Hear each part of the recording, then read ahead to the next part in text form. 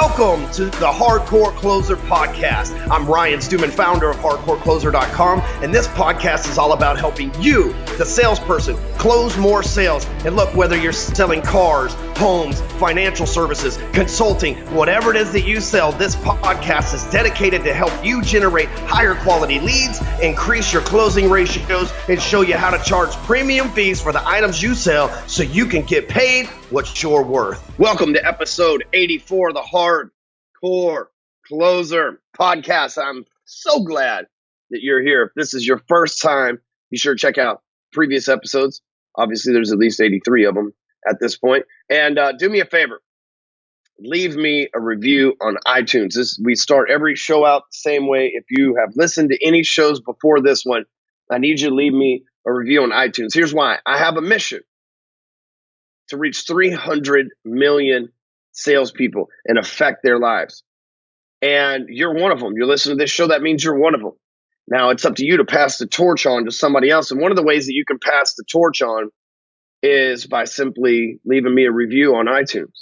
And iTunes is one of the biggest mediums for podcasting. Obviously, it's one of it's the second largest place that we get our views from behind YouTube.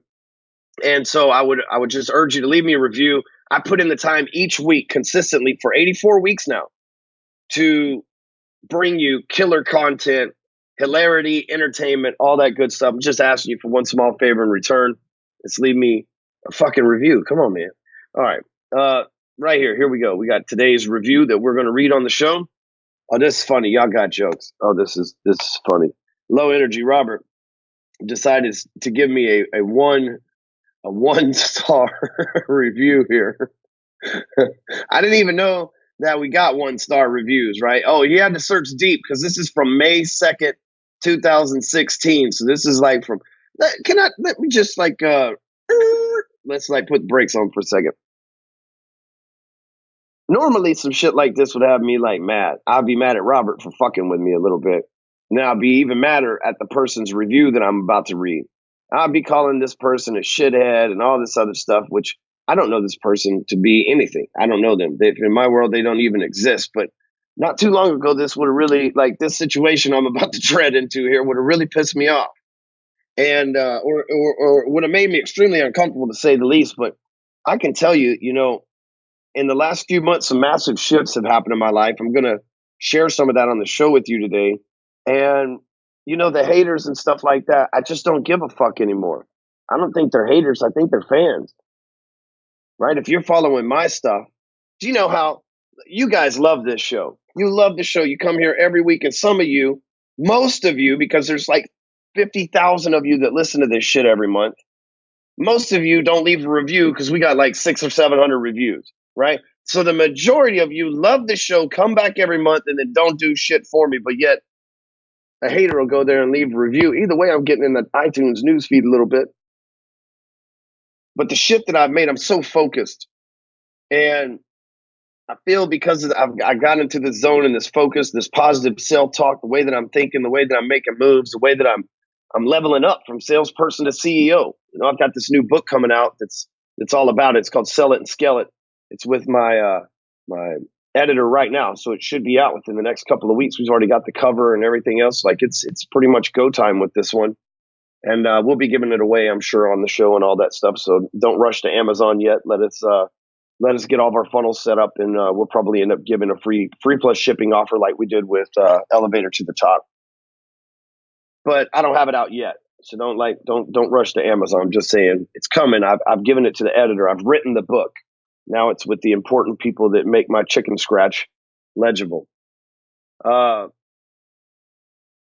it's because I'm getting really focused and I know what I want in life and I know what I don't want in life. And I'm not focused on the things that I don't want. We have this thing in our brain called an amygdala. And when this fight or flight mechanism, right, this amygdala like kicks in, back in the day, it was like to protect ourselves from like saber-toothed tigers and woolly mammoths and shit like that. But that doesn't exist these days. So today, the news plays on it, the trolls play on it, the haters play on it.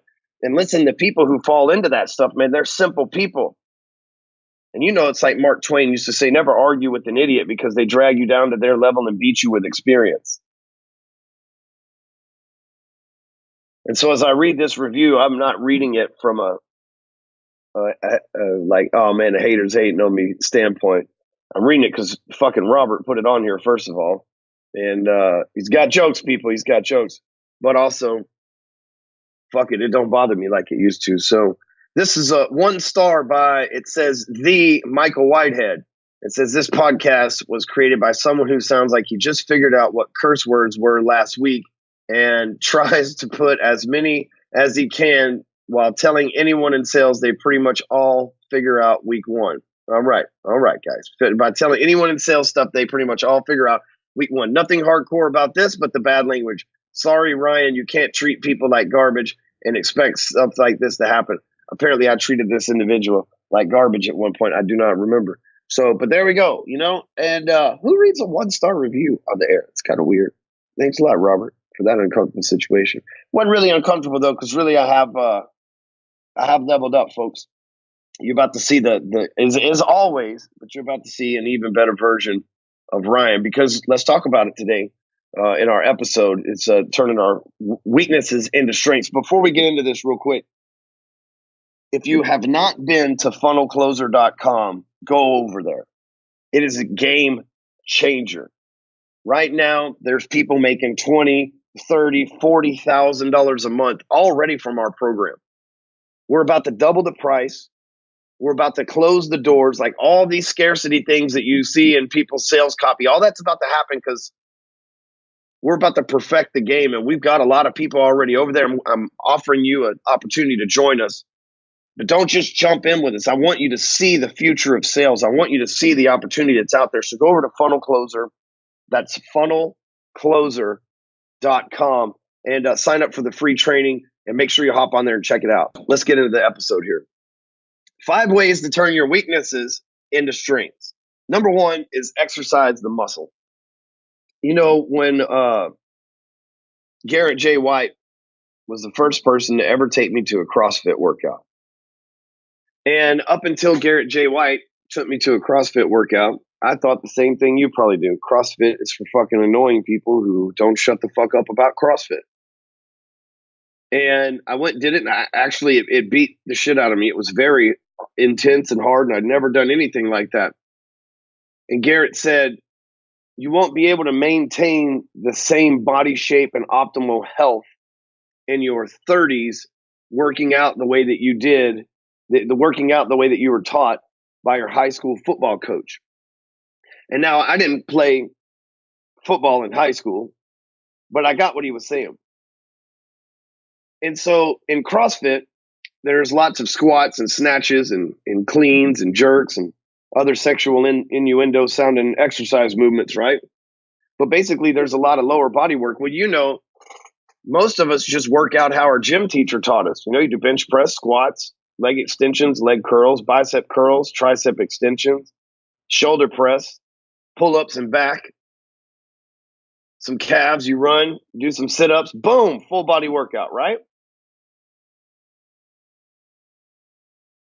Well, your person that taught me to work out anyway didn't really have any kind of perfect form or any certification. At least these CrossFit folks, they have certifications to be able to teach you this stuff, right? It's like a personal trainer, group coaching, we'll call it. And so when I show up at CrossFit, they have us back in Dallas. I did the workout with Garrett. I go back, join a CrossFit here in Dallas, and I realized that they're coaching me on how to do squats and stuff. And man, my squat's terrible. I'm leaning over forward. I'm bent over, and nobody had ever told me I was doing it wrong. Hell, I thought I was strong as shit. I was probably just inches away from breaking my back, tumbling over forward or something. But the way that they wanted me to do squats, I had been doing them on the balls of my feet. And they want me to do squats with my knees facing the same direction as my feet on the back of my feet, right? So not the balls, the tips of my feet, but the back of my feet. And the heels. I was trying to find the word there. They want me on my heels. And I've been used to doing my legs spread out and on the balls, but just doing it all wrong, in other words. So, man, the first time I go to do squats over there, I went from, let's say squatting 225 on a workout to squatting 45 pounds. It's like that muscle, that form, it was not working for me. And I was weak. Well, most people, they would have gave up. They would have said, "Oh, you know what? This a weak muscle. It's not for me. I'm gonna go back to doing what's comfortable." But I know that since I've got this weakness, right, this squats that I've been doing wrong, it's putting pressure on my joints, it's putting pressure on my hamstrings. I've even torn a groin before, and I didn't realize this was a problem. But now, listen, I've got this CrossFit coach showing me the right way to do it. But everybody else in the class appears stronger than me because they've been doing CrossFit longer than me. But I knew the only way that I was going to be able to turn the weakness that I had into strength was if I kept exercising those muscles. And listen, how you do anything is how you do everything. And so when I say exercise the muscle, first you got to do is you got to identify the weak muscle. In this set, the weak muscle was the actually wasn't the muscle at all. It was my knees, right? I had my feet and my knees set up wrong, which made it to where my muscles it wasn't even that they were weak. It was that I hadn't even built any in those areas. Almost like a deformity. I'm not saying I look weird or anything like that, so don't get any crazy visuals. But it wasn't right. But so I had to exercise that muscle. You flash forward, that was 2014. You flash forward, now I'm back, squat 225, sit on a stool, the whole thing. Like however you want to slice it. It's got way more than 225, but I'm just saying it's no big deal. I can sit down and do it right. But it took me exercising that muscle over and over again. I remember when I first started doing lunges, same thing, man. My knee didn't want to touch the ground. It was so painful. Same thing. I kept exercising the muscle. Now lunges are no big deal. And that's a metaphor for life. If you have a weakness, you have to figure out what that muscle that counteracts, like if your weakness is anger, the muscle that counteracts that's something inside of you, your heart, that would make you happy. You have to exercise being happy, right? Many of us dudes, especially, walk around looking mad all the time. Then we wonder why everybody looks at us like we want to fight them or some shit. You have to exercise that smile. I know right now one of the things that I'm doing is one of my weaknesses. I get stoned. I walk around and I'm like, I look like I'm not frowning, but I'm like, I'm just totally relaxed in my face.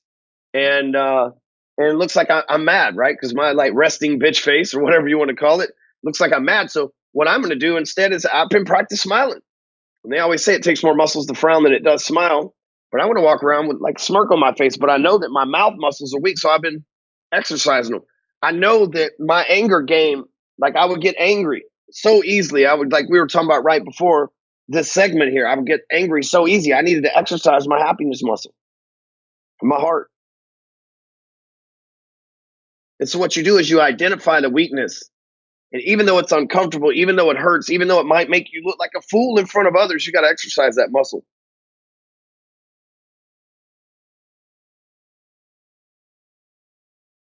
Number two is you got to create the habit. Because the only way that you're going to consistently, you're not just going to exercise the muscle once. These two correlate really good. You got to create the habit because you're not going to just exercise the muscle once. I'm not just going to be able to do one lunge and all of a sudden I'm the captain of the lunge team. I'm not just going to be able to do squats one time and say that I've got this form figured out and down to a T. It's not how it works. This morning, I roll out of bed, got up, made some spark, walked into my office, realized I was still tired. I laid back down on the couch. 10 minutes went by. I said, man, you know what? I want to go back to sleep, but I got to get up because I got to continue to create the habit. If I don't go to the gym, if I don't exercise the muscle, I won't be able to turn this weakness into a strength.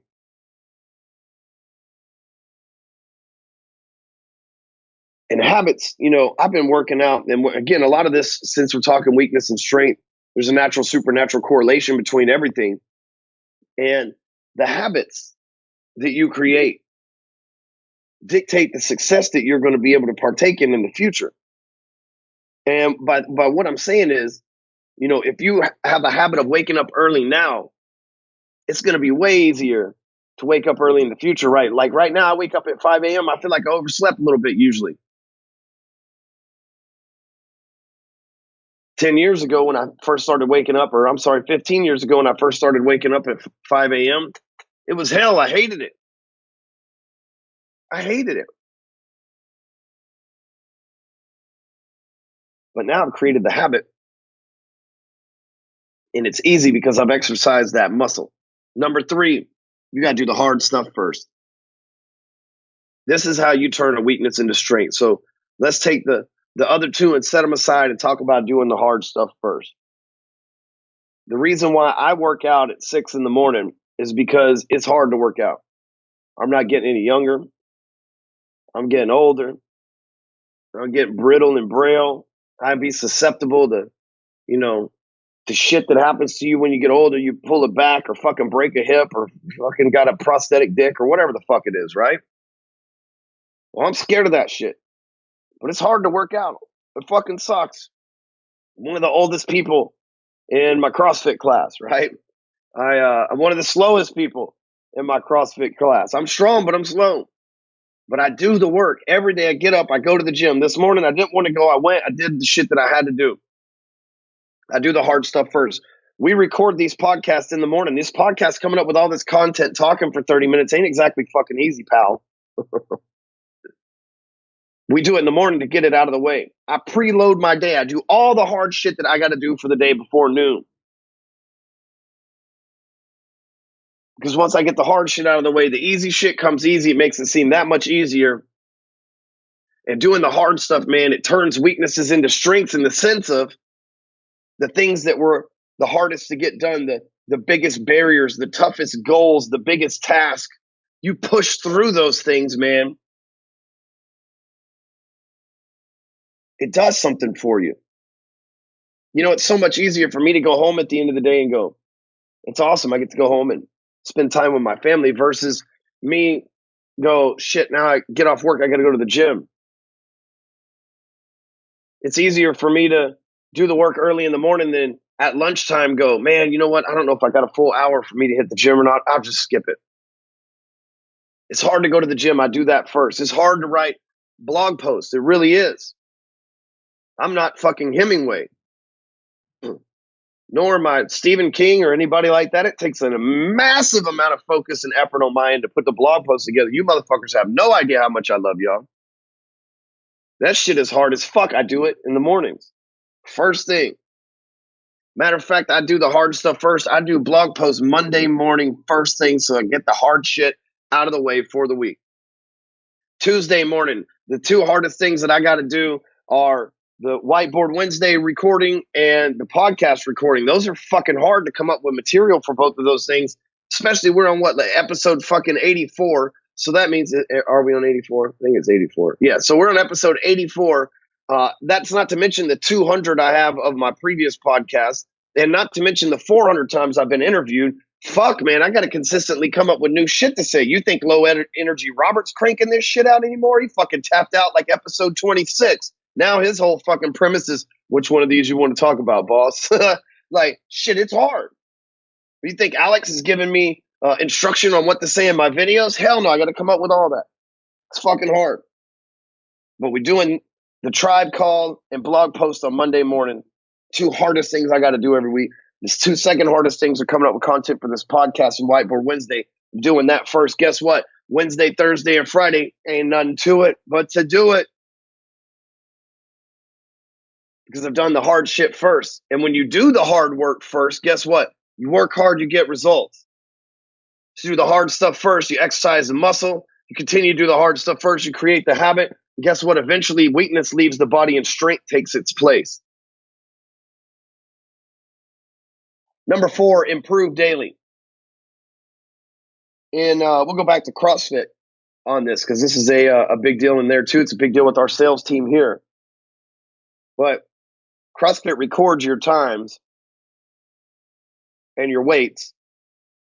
And then the next time you do that same exercise, it lets you know if you're improving. You should strive for improvement every day.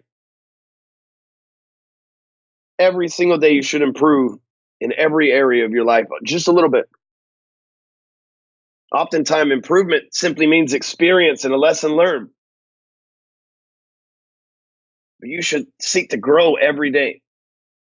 Because here's the thing. If you don't seek daily improvement, then atrophy sets in, right? You stay in the same place for too long, you get bed sores. You got to keep moving. You got to strive to improve every single day. If you lifted 20 pounds yesterday, you got to do 20 and a half today.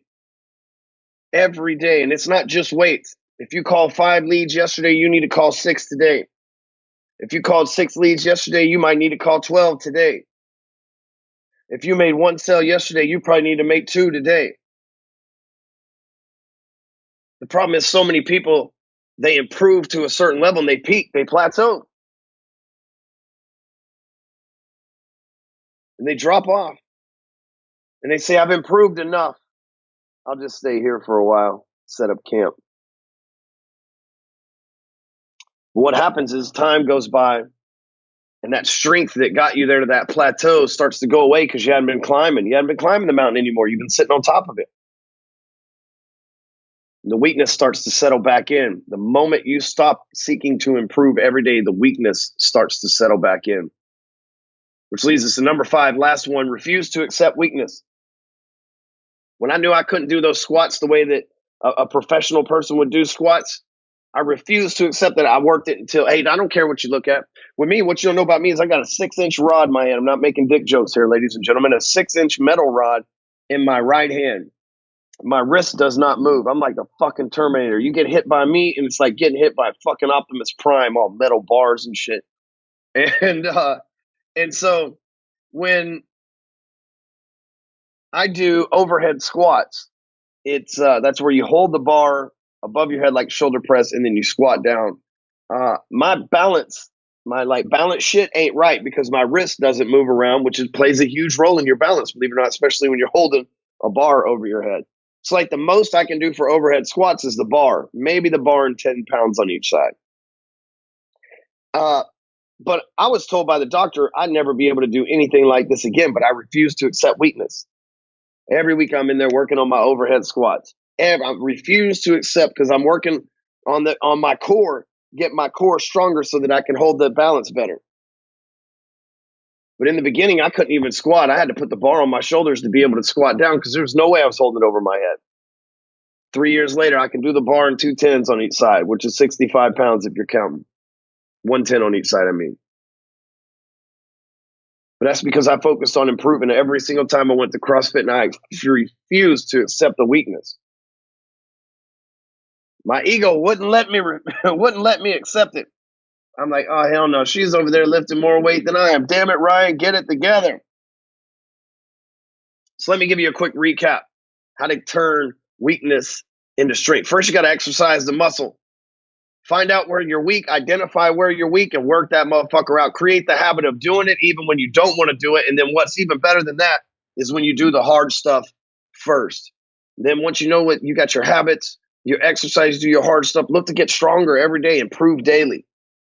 And then refuse to accept weakness. That's one way to keep it from creeping back in, because it will sneak back in on you if you go idle. So, hey, make sure you head over to funnelcloser.com and sign up for that training. I'm telling you, folks, it's a game changer. You're going to discover how people that have worked with me personally have gone through this program and they're already making money. And we'll encourage you to make money, because when you send us your first contract and show us that you're a funnel closer and that you close somebody, we're going to send you a t-shirt. We're going to give you access to all sorts of training. And we're like, at this point, when I'm recording this live, we're just about to do the fast track training. So if you get in now, you can still get in time to catch those live. Check out the entire training and everything that's involved at Funnel Closer. That's FUNNEL closer.com, funnelcloser.com. Don't forget to head over to iTunes and leave me a review. Damn it, we need reviews, right? And don't forget to refuse to accept weakness. I'll see you next week.